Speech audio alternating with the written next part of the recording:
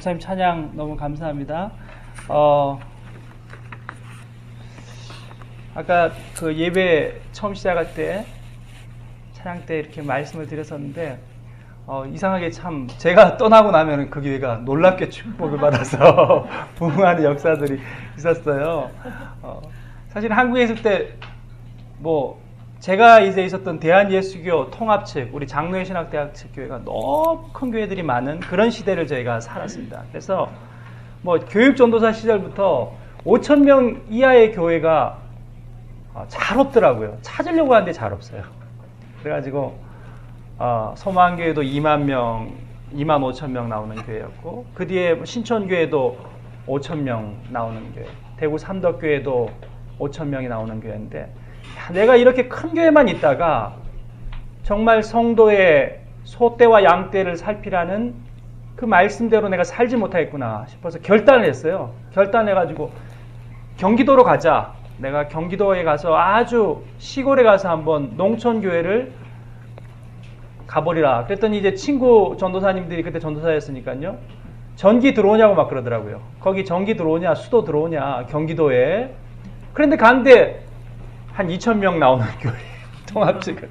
아무리 찾아봐도 작은 교회가 없었습니다. 그런데 제가 한 10여 년 전에 미국 애틀랜타 땅에 내렸어요. 그래가지고 저희 형님 친구가 담임 목사로 있는 교회를 찾게 되었습니다.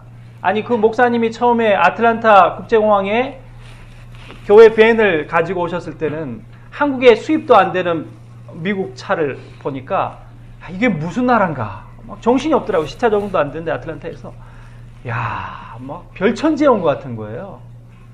그래서 주일날 교회 갔더니만 정말 별천지였습니다. 이민교회는 큰 교회가 한 30명, 40명 나오는 거예요. 토론토처럼 이렇게 크지 않아요. 아틀란타에서는 장로의 신학대학 동문회를 하면은 한 20명에서 30명 나오는 교회 목사님이 제일 큰 교회예요. 그래서 우리 교회에서 우리 장신대 동문회를 하자. 정말 별천지였습니다. 야, 이민교회가 이렇게 힘드는구나 깨달았어요. 근데 뭐 도움이 안 되더라고요. 그래서 열심히 뭐 H마트, 갤러리아 다 있잖아요. 아틀란타에도. 복음을 증거하고 가보면 이제 선배 목사님들이 다 막 전도지 돌리고 있어요. 야, 정말 이민교회는 어렵구나 그런 생각을 했었습니다. 근데 저하고 같이 사역하던 실명이 거론돼도 되는지 모르겠지만 박만호 목사라고 있었어요. 정말 우리가 후배인데 교회를 위해서 도움이 안 되는 거예요. 부목사들이. 할 수 없다. 우리 바퀴벌레라도 박멸하고 교회를 청소를 하자. 아주 열심히 청소했어요. 미안해서 평일날 담임 목사님 안 계실 때 일부러 몰래 와가지고 안 그러면 막 담임 목사님 오셔가지고 같이 청소하니까 막 바퀴벌레 박멸하고 이거밖에 우리가 도울 수 있는 일이 없다. 이 교회를 위해서 무엇을 할 것인가. 근데 박만호 목사가 그동안 축복받아가지고 부천 복된 교회라고 거의 10,000여 명 나온 교회 담임으로 갔습니다. 후배 목사인데. 그리고 나서 저도 박만호 목사도 떠나고 나니까 교회가 놀랍게 부흥을 해서 지금 아틀란타에서 제일 크니 작으니 그런 교회가 됐습니다. 성전도 엄청나게 크고 지금 가면 뭐 모를 거예요. 장로님 몇 분이나 알지 저희들 잘 모를 겁니다. 그런 큰 교회가 됐습니다. 오늘은 송별 예배라고 말씀을 하셨는데 저는 개인적으로는 이 송별 예배라고 안 불러주셨으면 좋겠습니다. 왜냐하면 사실 디펜스가 9월 8일로 잡혀버렸어요. 그래가지고 교수님들이 여기는 서구의 교수님들이니까 자기 그 방학 시간엔 절대 학생을 위해서 출근하지 않습니다.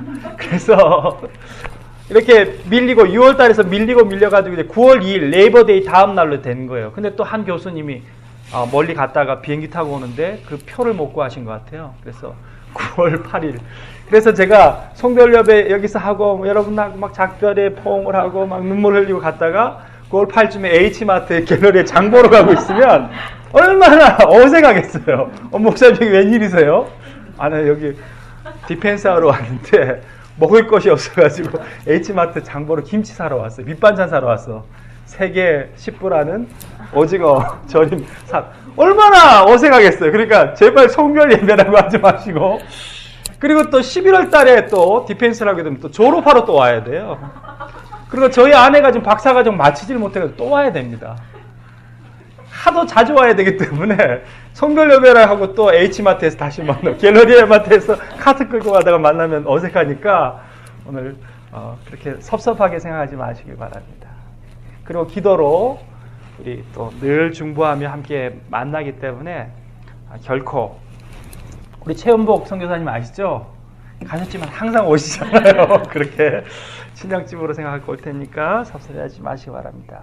오늘 본문을 감히 제가 파송 예배라고 명하고 싶은 이유는 바로 오늘 본문에 있는 사도 바울이 그렇게 말씀하셨기 때문입니다. 감히 저같이 부족한 사람과 범접할 수 없는 사도 바울이시지만 사도 바울은 그의 이별을 곧 파송이다. 세계 어느 곳에 가든지 나는 복음을 증거하는 삶을 살 것이다. 그렇게 말씀하고 있는 것입니다. 오늘 본문은 우리가 아는 것처럼 바울의 3차 전도 여행 중에 마지막 예루살렘에 가서 이제 결박당합니다. 우리 아가보 선지자도 그렇게 얘기를 했고 그 제자들도 그렇게 하나님께서 성령께서 계속 말씀해 주셨어요. 그래서 예루살렘에 가면은 그것은 결박당하는 곳이다. 왜요? 예수님이 거기서 십자가에 못 박혀 죽으셨잖아요. 사도행전 8장 1절 이하에 보면 제자들도 거기서 복음을 증거하다가 핍박을 받아서 쫓겨납니다. 예루살렘은 이미 공포의 도시가 되었습니다. 그곳에 가면은 분명히 결박당하여 죽임을 당합니다. 사람들이 말리는 겁니다. 가지 마십시오. 그러나 사도 바울은 예루살렘으로 가서 결국엔 결박당하고 그리고 로마로 압송되어 그곳에서 마지막까지 복음을 증거하다 죽습니다. 여러분, 저는 오늘 본문이 사도행전 24기 사실은 목사님들이 송별 예배 때 항상 이 본문을 하시는, 이 본문을 다시 읽으면서 또 이 본문을 설교해야 될 때가 왔구나. 그렇지만 나에게 주시는 또 새로운 의미가 있더라고요. 너무 이 상황적으로 일치하는 부분이 많았습니다. 이 아가보 선지자, 우리 교회 선지자는 우리 담임 목사님이잖아요. 아가보 선지자가 말렸어요. 우리 담임 목사님이 가지 마라고 먼저 말리셨습니다. 우리 아가보 선지자 아니고 조경원 선지자께서 저를 말리셨습니다. 그리고 두 번째는 제자들이 또 말렸다는 거예요. 우리 수요 예배, 수요 모임의 제자들이 또 말렸어요. 가지 마세요, 목사님. 그런데 왜 가야 되는 것인가? 사도 바울은 왜 갔을 것인가? 그 당시에 왜 그는 떠났을 것인가? 은혜의 빚진 자, 은혜의 빚진 자이기 때문에 갈 수밖에 없었겠구나. 거기 있는 아가보 선지자와 거기 있는 제자들에게, 그리고 밀레도에서 만난 에베소 교회 장로님들에게 그는 은혜의 빚진 자였고, 그 너머 예수 그리스도의 은혜의 빚진 자였기 때문에 그는 떠날 수밖에 없었구나 하는 것을 알게 되었습니다. 오늘 본문 한번 처음부터 읽어보겠습니다. 20장 22절. 보라, 이제 나는 심령의 매임을 받아. 자기가 하는 게 아니라는 거예요. 매임을 받아. 심령에, 내 마음에 오랏줄, 밧줄에 묶임바 되어서 간다는 거예요. 오늘 우리가 찬양했던 오직 주의 사랑에 매여 고영원 선교사님도 아까 말씀드린 것처럼 이 토론토 땅에서, 절망의 땅에서 유학을 왔는데 진학하지도 못하고 살아가며 그는 그의 매임을 받아 오직 주의 사랑에 매여 세계 어느 곳까지 가서 복음을 증거하겠습니다 하는 고백을 찬양에 담고 있습니다. 오늘 본문의 사도 바울도 마찬가지입니다. 내가 가고 싶은 게 아니라 심령의 매임을 받아 예루살렘으로 가는데 저기서 무슨 일을 만날는지 난 알지 못하노라. 21장에 보면 아가보 선지자가 그리고 제자들이 그렇게 말합니다.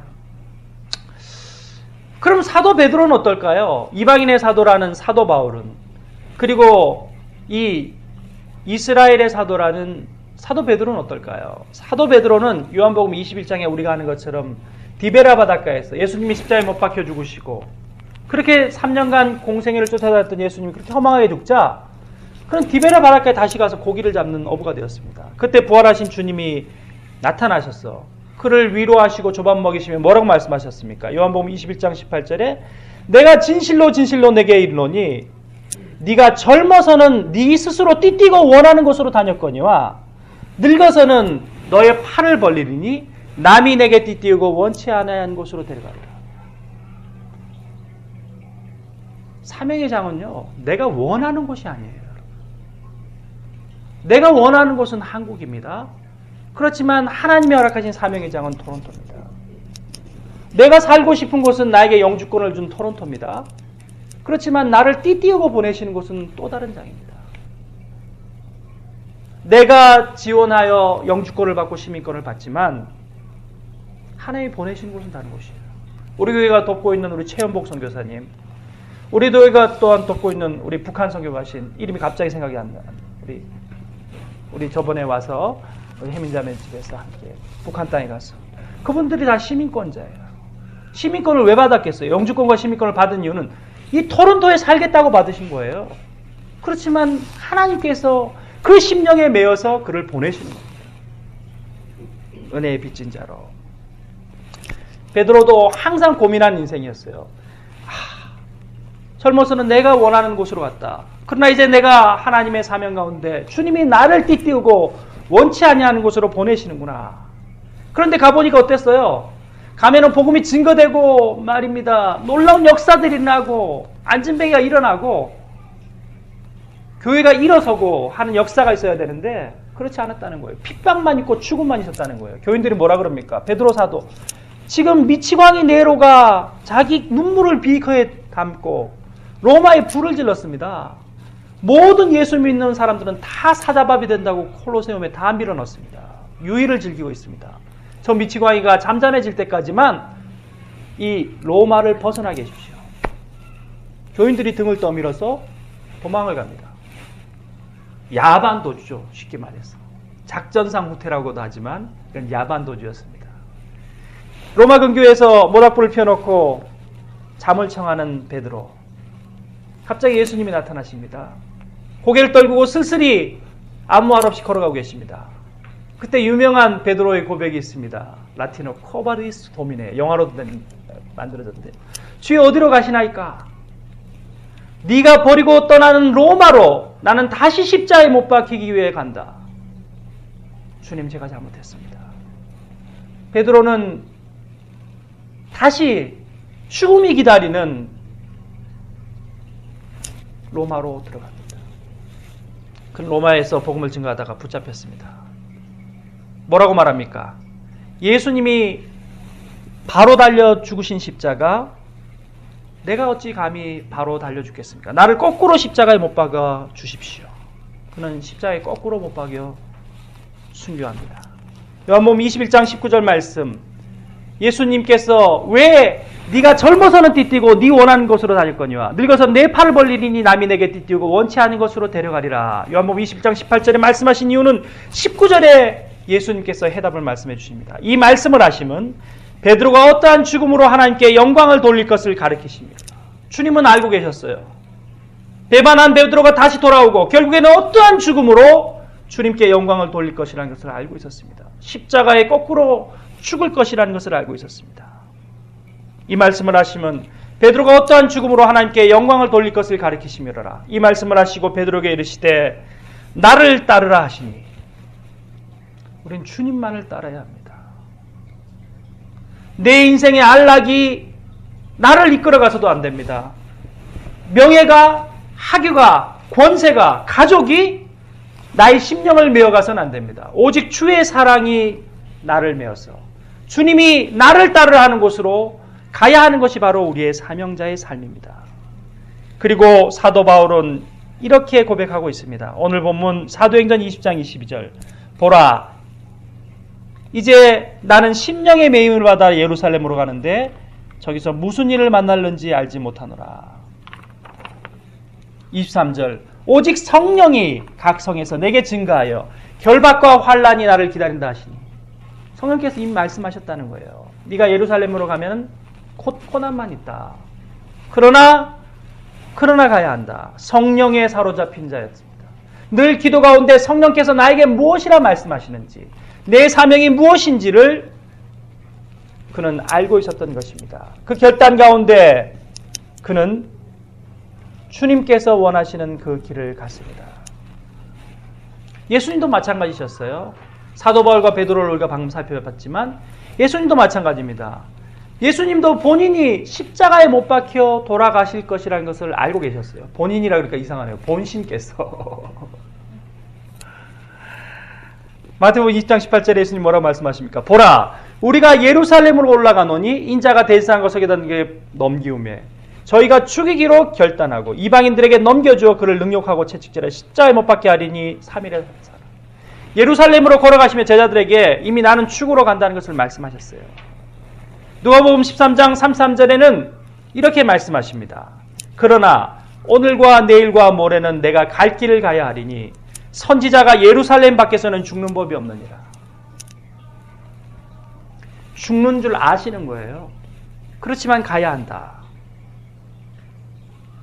왜요? 그것이 생명이기 때문입니다. 사명자의 생명이기 때문입니다. 내가 캠퍼스에서 복음을 증거하기 싫습니다. 내가 원주민 선교를 가서 복음을 증거하는 것이 내 모처럼 만의 휴가의 안타까운 일입니다. 아니, 내가 이 직장에 있는 것이 나에게 훨씬 유리합니다. 그러나 우리는 사명자입니다. 결코 죽지 않는다고 말합니다. 그 죽지 않는다는 것은 무엇입니까? 우리의 육신은 죽일지라도 영원한 생명을 죽이지 못하는 이 하늘 아래 권세가 우리를 누를지라도 영원한 하나님의 자녀이기 때문에 우리는 감당할 수 있다는 것입니다. 선교사 리비슨은 그래서 이 본문을 통해 이렇게 말합니다. 사명자는 사명을 다하기까지는 죽지 않는다. 죽을까봐 두려워하는 사람은 죽지 않는다는 말과 비슷해요. 리빙스턴이. 사명을 내가 받았잖아요. 근데 사명을 마치면 내가 죽는데 사명이 있는 한 죽지 않는다는 거예요. 얼마나 놀라운 얘기입니까? 저도 중년이 되니까 굉장히 막 어떨 때는 죽음에 대한 생각들이 들 때가 있어요. 뭐 이렇게 폐암작태에 가서 뭐 피검사 다시 해봐야 되겠습니다. 저번에도 한번 그랬습니다만 종합검사를 다시 해봐야겠습니다. 부르시는 것이 아닌가. 그때마다 느끼는 것이 이 본문 말씀이에요. 사명자는 사명을 다하기 전까지는 하나님이 부르시지 않는다는 거예요. 사명을 안 하고 게을러 있는 사람 먼저 부르시는 거예요. 너 사명을 다 했는 모양이구나. 집에서 그냥 노세 쉬는구나. 그래, 어서 오너라. 천국에서 다시 한번 훈련받자. 사명을 담당하고 최선을 다하여 사는 사람은 죽음도 두렵지 않습니다. 죽음은 순교이기 때문입니다. 오늘 본문에 바로 사도 바울이 그와 같은 사람입니다. 마지막 사도행전 20장 24절에 그는 그래서 이렇게 고백합니다. 나의 달려갈 길과 주 예수께 받은 사명 곧 하나님의 은혜의 복음 증거하는 일을 마치려 하면은 나의 생명을 조금도 귀한 것으로 여기지 아니하노라. 그렇습니다. 여러분, 사도 바울은 에베소 교우들과 헤어지며 이제 또 다른 사명을 향하여 나아가고 있습니다. 오늘 2014년 6월 30일부로 2007년 8월에 시작되었던 저의 사명은 끝이 났습니다. 전 지금도 믿기지가 않습니다. 처음에 예담교회 왔을 때 우리 조경훈 목사님 말씀 주시고 새벽마다 생출에서 예배드리고 성가대가 무슨 찬양을 했는지도 다 기억나요. 제가 처음 예배드렸을 때 우리 예담교회 성가대가 한 찬양은 당신의 그 섬김이 하늘에서 해같이 빛나네. 그때 토론토에서 선배 목사님들이 큰 교회에서 몇 군데서 오라고 그랬습니다. 제가 그 찬양을 듣는 순간 집사람 되겠습니다. 난 못 간다. 이 교회다. 난 이 교회, 하나님께서 이 교회 부르셨다.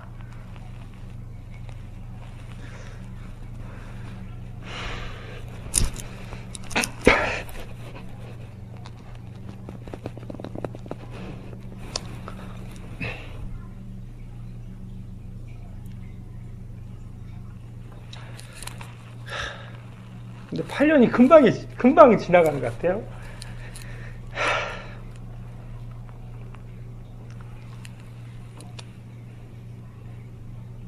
제가 약한 모습 보이지 않으려고 몇 번을 연습을 했는데 잘 안 되네요. 그죠? 참, 사람이 잘 안 되는 것 같습니다. 제가 8년 전에 미국 아틀랜타를 떠나올 때 그 아틀랜타 비전교회 장로님 마지막 날 저희 집 찾아오셨어요. 이삿짐을 사고. 장로님이 매튜 헨리 주석집을 저에게 주셨습니다. 그러면서 그랬습니다. 장로님이 권사님과 이제 뭐 얼마를 더 사실지 모르시니까요.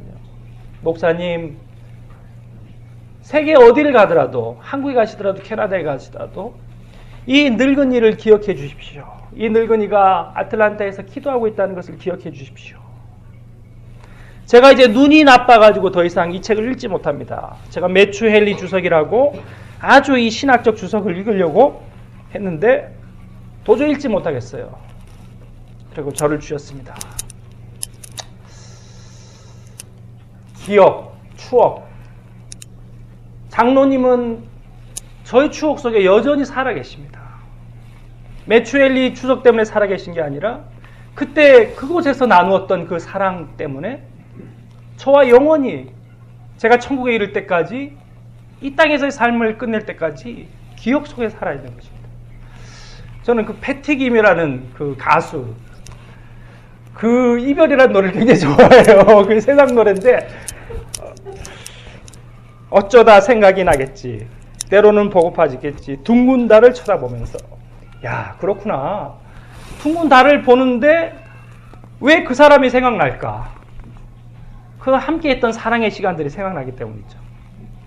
그런 것 같아요. 문득문득 저도 이렇게 찬양을 할 때 생각날 거예요. 세린자매가 그리고 외순자매가. 근데 참 묘한 게 참 제가 우리 애들이 태어난 걸 다 봤어요. 참 하나님 그 축복하신 것 같은데 우리가 그 다른 교회였어요. 저번에도 말했지만 저는 만민교회 담임으로 있고 록교형제는 예담교회 계속 있었어요. 세린자매네와 만날 수는 없었습니다. 근데 에글링턴 이스트로 가는데 하나님이 만나게 해주신 거예요. 길을 가는데 에글링턴 이스트에서 이제 이렇게 레슬리로 지나가는데 록교형제가 맞은편 차선으로 지나가고 있는 거예요. 근데 차가 딱 멈췄어. 막혀가지고. 민정이 동생 언제 태어나요? 목사님 지금 세린이 병원에 있습니다. 지금 병원으로 달려가는 길이에요. 그 자리에서 차를 돌렸습니다. 갔더니 우리 민서가 태어나가지고 좀 일찍 태어나가지고 고생하고 있더라고요. 아니 교회가 달리 옮겨졌는데 하나님 만나게 하시더라고요. 우리 외순자매 내 집 박스 짐을 사는데 고 있더라고요. 예전에 우리 백호 태어나기 전에 흑백 사진으로 우리 성탄절 카드 둘이 리성 형제하고 둘이 이제 흑백 사진으로 그걸 이제 상자에 넣었는데 백호가 없는 거예요. 거기. 가만히 생각해 보니까 그날 우리 조경원 목사님과 같이 우리 백호 태어날 때 가서 맥도날드 앞에서 우리 리성 형제가 얼마나 좋아하는데 백호 엄마는 또 그날도 있었고 또 할인이 또 짐을 사는데 또 할인이가 생각이 나더라고요. 그래가지고 할인이 거 내가 가지고 왔어요. 이것도 우리 미영자매가 만들어가지고 우리 할인이 또 태어났다고 해서 갔더니 또 인큐베이터에 있어가지고 우리 조 목사님과 같이 기도하고 그리고 하여튼 참 많은 일들이 있었습니다만 제일 잊을 수 없는 날은 제 캐나다 7년 중에 가장 고통스러웠던 날은 우리 총구미를 데려가셨던 날이었습니다. 그날은 우리가 장을 보고 오는데 총구미 엄마가 전화가 왔어요. 그래서 조 목사님하고 사모님하고 911에 급하게 전화를 해서 갔는데 정말 목사지만 그날 너무 시험에 들었습니다. 하나님 왜 이런 어린 영혼을 데려가십니까? 저는 천국에 가서도 하나님 앞에 반드시 물어보고 싶은 질문 중에 그게 있어요. 왜 하나님 총구미를 데려가셨습니까? 그래가지고 우리 총구미 우리 장례 예배 이것도 이제 가져갑니다. 그때 우리 권사님이 하늘 마차 타고 그 특송하실 때 그리고 우리 록경제가 우리 그 공원 묘지에 가서 우리 조 목사님하고 같이 우리 총구미를 뿌릴 때 그런 것들이 사라지지 않고 마음속에 있는 것 같아요. 왜 그런지는 잘 모르겠습니다. 지난주 목요일날 아파트 관리 아저씨가 와가지고 우리 집 에어컨을 떼었어요. 근데 우리 막둥이가 여기서 태어난 거예요. 여기서 태어나가지고 그 아파트에 살았어요. 평생 살 줄 알았대요, 자기는. 이 사이가 놀래가지고 우리 어디 가냐는 거예요. 막 엘리베이터에서 막 그 에어컨을 떼가지고 막 뽑아놓으니까 요한이가 놀래가지고 휘둥그레집니다. 그러나 우리 인생은 언젠가는 모든 것을 내려놓고 천국으로 떠나가기 위한 연습을 하는 것 같습니다. 내가 탄 마차는 하늘나라 올라가네. 우리 권사님 그때 찬양해 주신 것처럼 어느 순간에 주님이 우리를 부르시면 호련히 모든 것을 내려놔야 되는 것. 그렇게 시원한 에어컨도 내려놓고 정들었던 모든 사람도 내려놓고 우리는 또 떠납니다. 그렇지만 주님께서는 우리 믿는 성도들에게 이렇게 말씀하셨어요. 커무니오 상토룸, 라틴어 말인데요. 성도의 교제, 성도는 기도 가운데 교통한다. 7년간 저는 캐나다에서 제일 기억나는 두 분은 저희 지도 교수님 그리고 저의 지도 목사님, 조경훈 목사님한테 참 너무나 많은 귀한 교훈들을 배웠습니다. 목사님께서는 오늘 제가 처음 말씀드리는데 제가 어려울 때 목사님의 사례로 저희 가족을 먹여주셨습니다. 그리고 우리 부모님처럼 저희 부족한 사람들을 도와주셨던 우리 장로님, 권사님, 그리고 우리 장중훈 집사님하고 생추얼에 새벽기도 하던 것, 우리 오아시스에서 김상임 집사님 만났던 것, 저는 여러분들하고의 만남이 목사로서의 만남이라고 생각되지 않습니다. 수요 모임에 가서도 저는 내가 친정오빠가 되거든요. 친정오빠. 그래 얘기해라. 어떤 일이 있었냐? 그래 남편하고 무슨 일이 있었냐? 또 남편이 오면 또 큰형처럼, 물론 12살 8살에서 차이는 나지만 삼촌이 되긴 싫더라고요. 이상하게. 그런 시간들이 8년이 지나갔습니다. 그러나 예수님께서 막달라 마리아의 향료값을 드린 것을 보시고 이 여인이 복음이 증거된 곳마다 기억되리라 말씀하셨고, 예수님께서 성찬을 하시면서 나를 기념하라 말씀하셨고, 또 신학자들은 이것을 거룩한 성도의 교제라고 말하고 있습니다. 저는 미국에 가지만, 그리고 찰리는 또 알버타 캘거리로 가지만, 우리 마음속에, 그리고 중보하는 그 순간에, 우리가 함께 기도하는 그 순간에 성령님은 우리를 하나로 묶어주시고 그 어느 곳에 있든지 우린 그리스도 안에 하나인 것입니다. 사랑하는 성도 여러분, 저는 이제 새로운 사명지로 갑니다. 여러분의 사명은 무엇입니까? 이곳에서 우리 함께 달려갈 길을 사도 바울의 고백처럼 잘 달려가고 사명을 잘 감당하며 살다가 주님 안에서 만났을 때 다시 한번 주님을 찬양합시다. 함께 기도하겠습니다. 하나님 아버지 감사합니다. 우리 그리스도인들에게는 사명이 있습니다. 우리의 인생 가운데